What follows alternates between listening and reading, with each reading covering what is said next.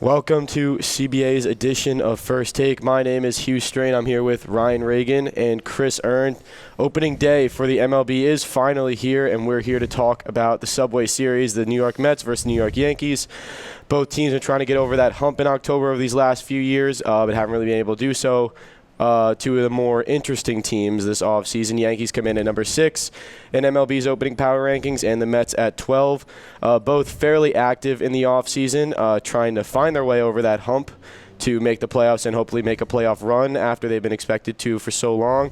So, Ryan, I'll start with you with the Mets here. How did the offseason moves kind of affect them, and what benefits will it bring to kind of hopefully take them through October? Yeah, obviously this is the first offseason we're really seeing Mets owner Steve Cohen really put his money into action. Last offseason we saw him go out and get Lindor and Carlos Carrasco from the Indians, but now we're really seeing what he can do with the paycheck. So he brought in Max Scherzer, Mark Canha, Eduardo Escobar, Starling Marte. I mean, these are some really good players. Starling Marte was a top 100 player. Same with Scherzer, obviously.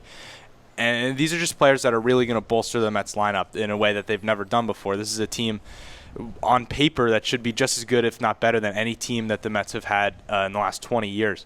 So I think in terms of the roster that they're putting together, it's the best team they've had since the last time they faced the Yankees in the World Series. I mean, they can really put a season together where they can really make a push into October, potentially November. But the thing is, you mentioned the power rankings, and the Mets dropped to 12. Earlier in the offseason, they were at 5 out of the entire league. And I think that is kind of as a result of DeGrom's injury. DeGrom went down with, I believe, right scapula soreness or something like that. And that just goes to show you how big of a impact one player has on the team, that they were able to drop from 5 to 12 just because DeGrom went out. So we'll touch on that a little bit later. But in terms of offseason moves, I think the Mets really put together a really good team that's going to be able to compete at a level that they haven't in years and years. And we'll move over to Chris here. Yankees fairly active in the offseason as well, acquiring their own moves.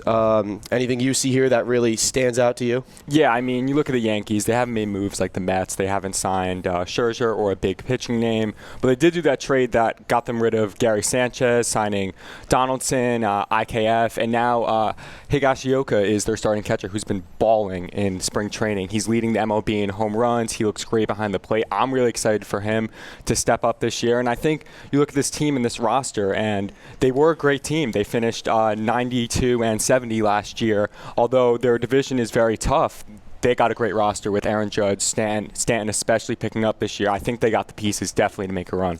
Yeah, and as we move on here, Mets haven't made the playoffs since 2016. Yankees, a little more success in the past. Mets have been fairly disappointing, to say the least, struggling with injuries with DeGrom, unable to stay healthy. Yankees, few of their own, playing in two of the best divisions in baseball. Ryan, we'll go back to you. With these injuries to, as you mentioned earlier, DeGrom getting hurt really affects how well they play pretty greatly. Do the injuries sort of worry you in such a difficult division that is the NL East? Yeah, I definitely think it's something to stress about a little bit. I mean, over the last 5-6 years, the Mets really have been plagued by injuries. I mean, they've had some talented teams and they have a lot of good players, but I think the injuries are what are really holding them back. And if you look at a guy like DeGrom in particular, his injuries are really the big one, you kind of wonder, is this kind of a fluke? Is this year he gets hurt, last year he's hurt pretty much the whole season? Is it a fluke? Or is this kind of the normal? Is he a player who is just very injury prone? And things like that, you start to think of that when this starts to happen again and again and again. So as a fan, I think it definitely worries me. But if DeGrom's able to get back in the field, start pitching, he's initially said to only be out 4 weeks, which sucks. It hurts the beginning of the season. But if he's back by May, I really don't think it makes too much of a dent in the season. He's only really going to miss 4 or 5 starts. So I think ultimately the Mets should be fine.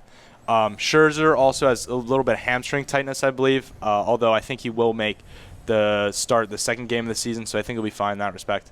And I think Brandon Nimmo also had something, but he got a cortisone shot, and it sounds like he'll be fine.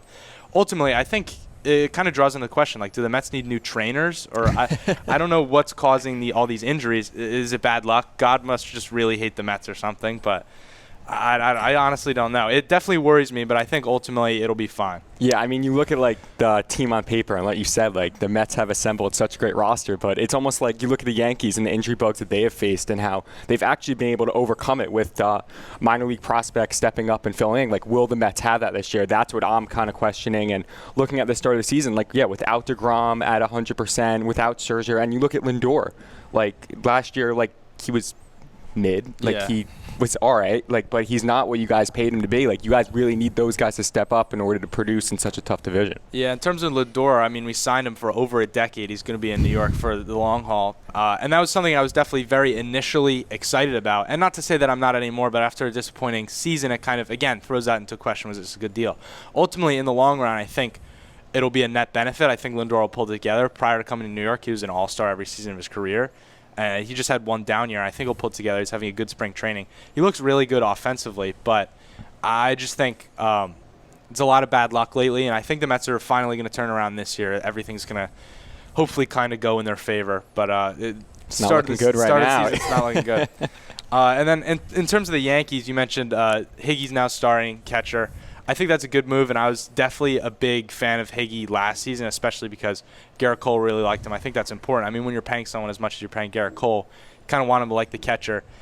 The only thing I don't like about that move is because the trade for Donaldson freed up the money for the Twins to acquire Carlos Correa, and I think an interleague opponent like the Twins, someone that the Yankees might face in the ALDS or ALCS, if you're letting them get someone like Correa, I think that's really not too helpful. Like, I just think that's kind of a blunder on the Yankees' part. Yeah, that definitely didn't make the Yankees or Brian Cashman look too good. But you look at Correa, it was kind of obvious he didn't really want to be with the Yankees, especially with the whole Astros scandal and how the Yankees have been kind of feuding with them over the past couple years. You look at him, he's a great player, and he would have made the Yankees so much better. But I think the Yankees just really need that fielder. You look at Gleyber Torres, who played shortstop last year, a lot of errors.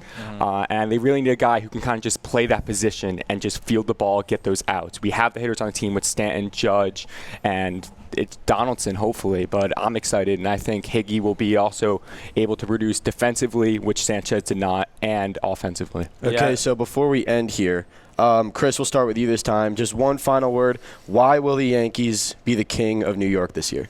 Yeah, I think it's the hitting power. I think the hitting power and Garrett Cole. I think Garrett Cole will bounce back, definitely after his struggle against Boston in the wild card. You could tell he's fired up. He's still got that electricity. He finished second in Cy Young despite this kind of tumultuous season with the Yankees. And I think the hitting power. I think Aaron Judge hopefully gets that big contract. I'm really excited to see him play. And Stanton was great last year. Best year as a Yankee. I think he'll continue 100%. Ryan, why will the Mets be the king of New York this year? Give me your final word. Despite the strong division they're in, they're going to have to go up against the Phillies and the Braves all season. But I think out of those three teams, the Mets are the best. I think they have the best pitching rotation. I think they have the best lineup. I mean, the Braves just won the World Series, but then they went and lost their best franchise player in Freddie Freeman. I think they're going to be able to beat those teams, and then they're going to make it to the playoffs. And I think they're just going to roll through everyone. They have two of the best pitchers in baseball. I mean, DeGrom's coming off probably the best pitching season of all time that was cut short by injuries.